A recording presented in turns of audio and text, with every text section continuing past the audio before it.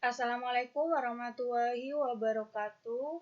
Nah, pertemuan kita hari ini kita akan membahas materi baru yaitu bab 2 tentang koordinat kartesius. Nah, dalam mempelajari koordinat kartesius di sini banyak sekali manfaatnya dalam kehidupan sehari-hari. Yang pertama, bisa kita lihat ini adalah gambar denah. Jadi, ketika kita mempelajari sistem koordinat ini, kita akan mengetahui cara membaca denah lokasi. Jadi, kita akan mudah menentukan atau kita akan mencari sebuah lokasi dan kita hanya tahu denahnya, kita akan mudah menemukan lokasi tersebut ketika kita sudah mempelajari sistem koordinat.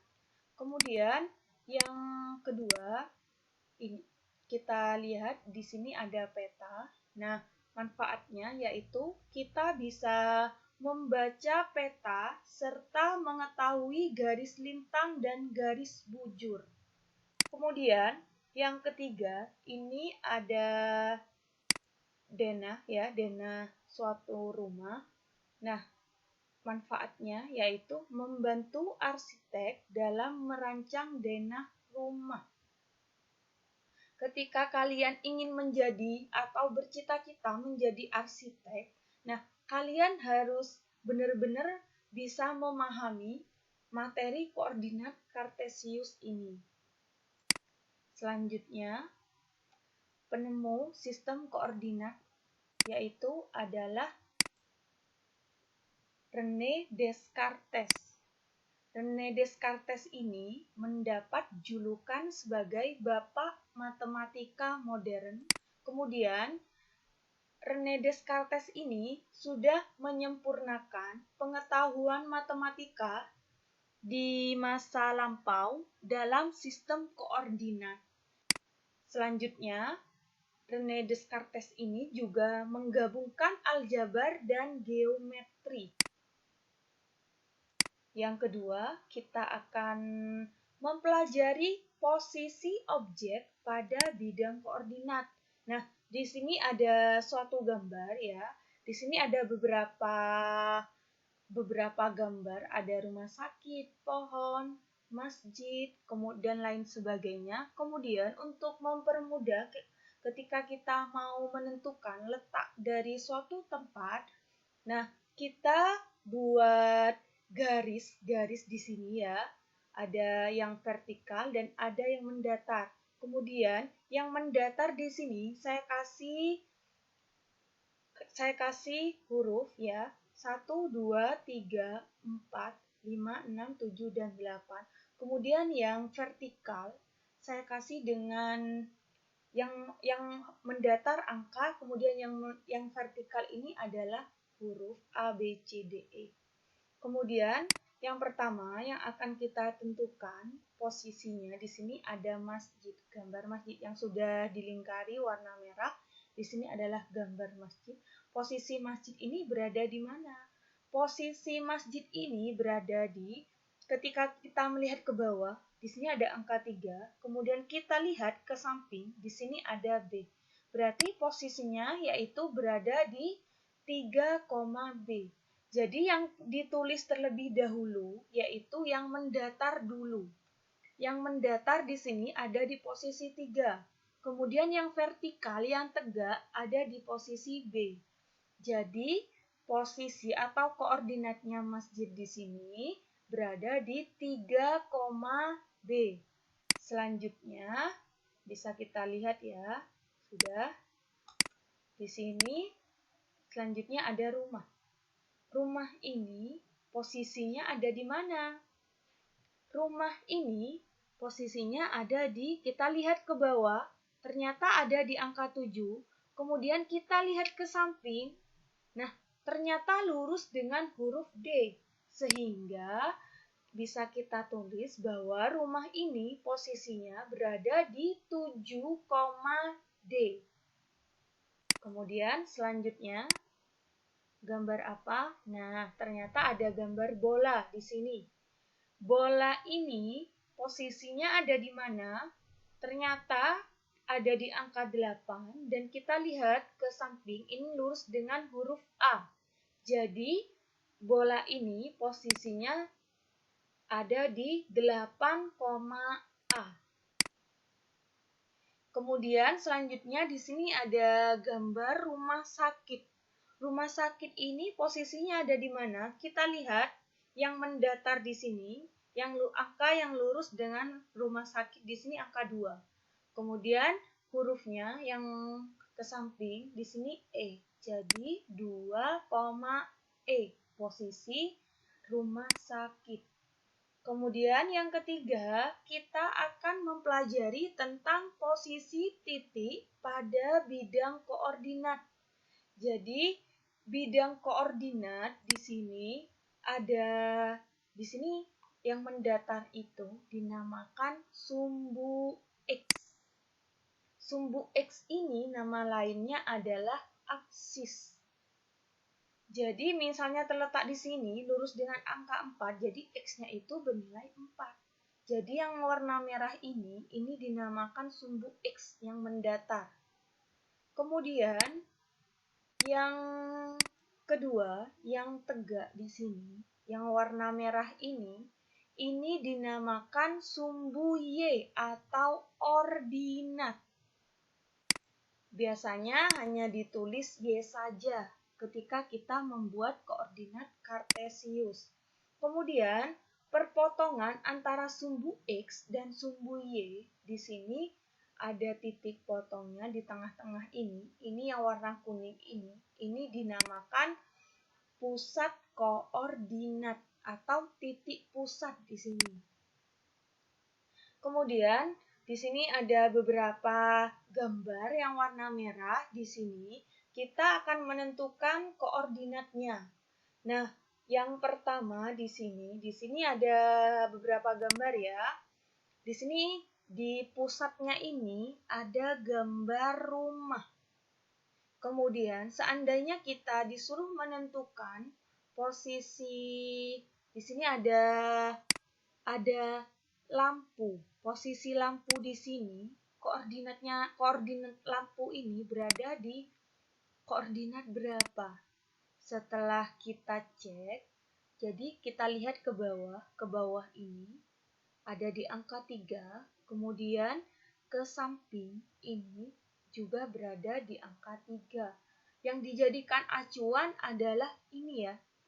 Jadi titik pusatnya ini, rumah ini yang kita jadikan acuan.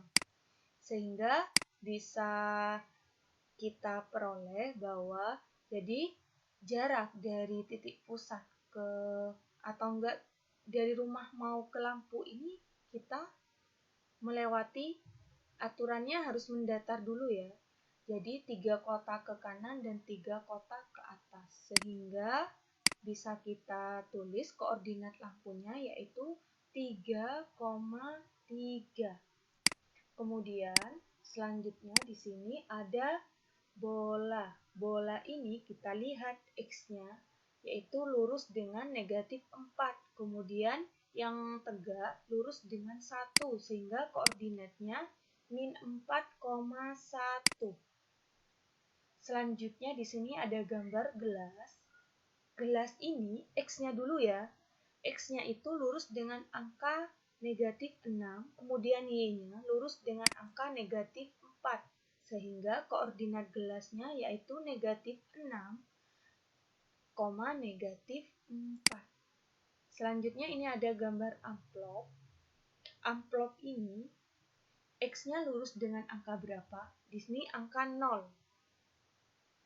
Kemudian Y-nya di sini ada di angka negatif 4 sehingga koordinatnya 0, negatif 4. Nah, saya ulangi lagi ya.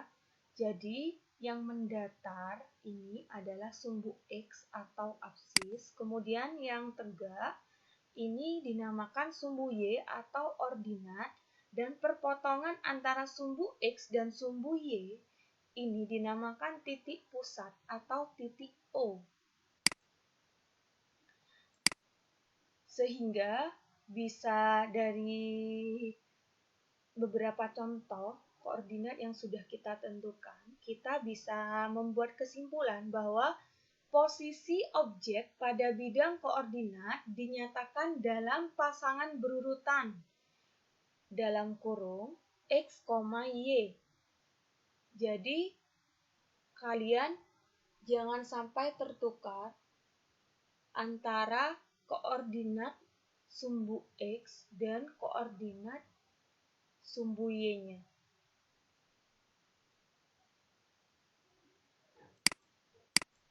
Kemudian, di sini ada suatu titik A di sini.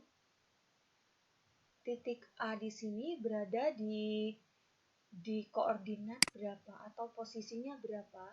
Jadi A di sini lurus dengan angka 1 ke bawah. X-nya berarti di angka 1, Y-nya di angka 2, sehingga koordinatnya diperoleh 1,2. Kemudian titik B ini, X-nya ini berada di angka 5 dan Y-nya kita cek ini lurus dengan angka 0.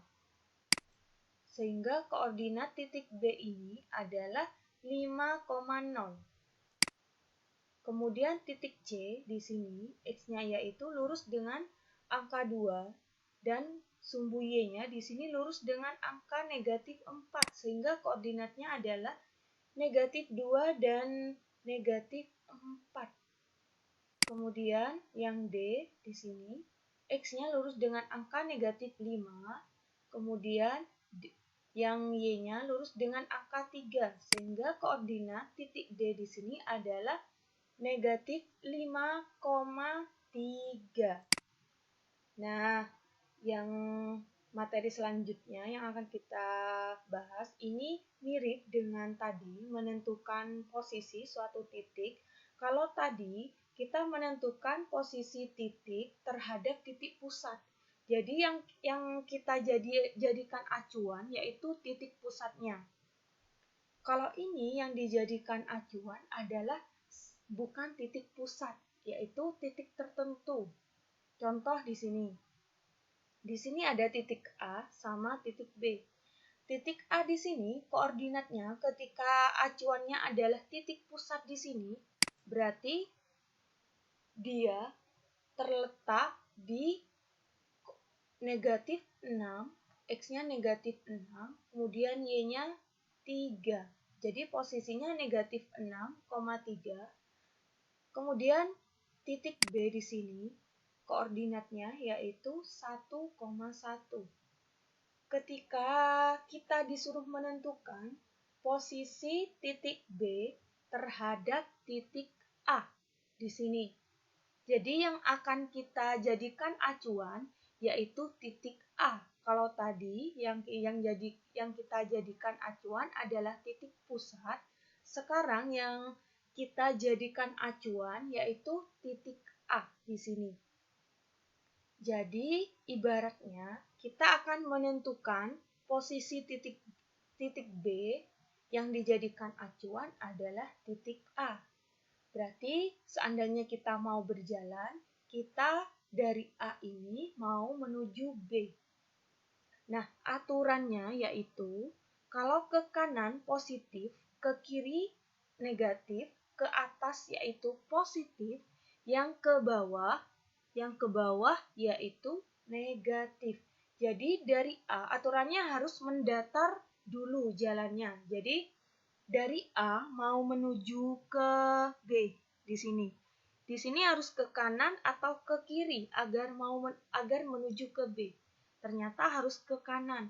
Jadi dari A ini harus ke kanan berapa kotak? 1, 2, 3, 4, 5, 6, 7.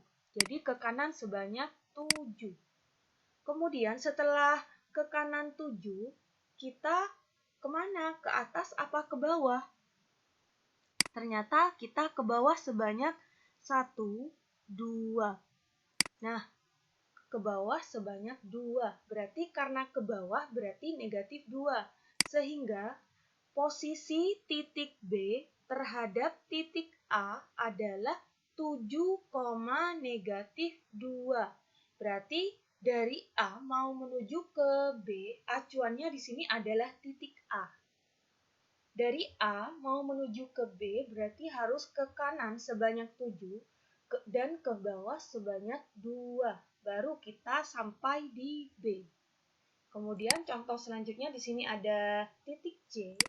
Titik C di sini koordinatnya adalah negatif 3 dan negatif 2. Yang kita cari adalah posisi titik B terhadap titik C. Berarti kita berjalan dari C mau menuju B. Dari C mau menuju ke B, di sini harus ke kanan atau ke kiri, berarti ke kanan. Ke kanan sebanyak berapa? 1, 2, 3, 4. Jadi sebanyak 4 kotak, berarti 4 ke kanan ya, 4 kotak. Kemudian setelah 4 di sini, ke atas apa ke bawah? Ternyata ke atas, 1, 2, 3. Jadi 4 ke kanan, 3 ke atas, sehingga posisi titik B terhadap titik C adalah 4,3. Nah, yang kita jadikan acuan di sini, kalau posisi titik B terhadap titik C, jadi acuannya yaitu titik C di sini. Titik C ini kita jadikan acuan. Kalau yang pertama adalah titik A yang kita jadikan acuan. Jadi kalian jangan sampai tertukar titik mana yang akan kalian jadikan acuan. Jadi dibaca baik-baik kalimatnya.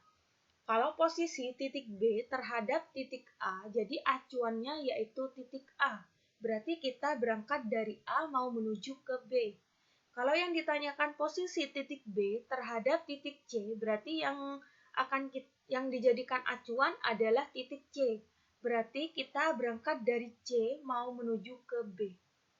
Nah, itu adalah cara untuk menentukan posisi titik terhadap titik tertentu. Sekian pembelajaran hari ini. Insya Allah, jika ada pertemuan lagi, akan saya review kembali beberapa materi agar kalian juga tidak lupa. Kemudian yang belum memahami juga bisa menambah pemahamannya. Terima kasih, semoga materi ini bisa membantu kalian dalam belajar. Insya Allah ketika kita ikhlas, kita akan mudah mendapatkan materi atau hal yang kita pelajari. Wassalamualaikum warahmatullahi wabarakatuh.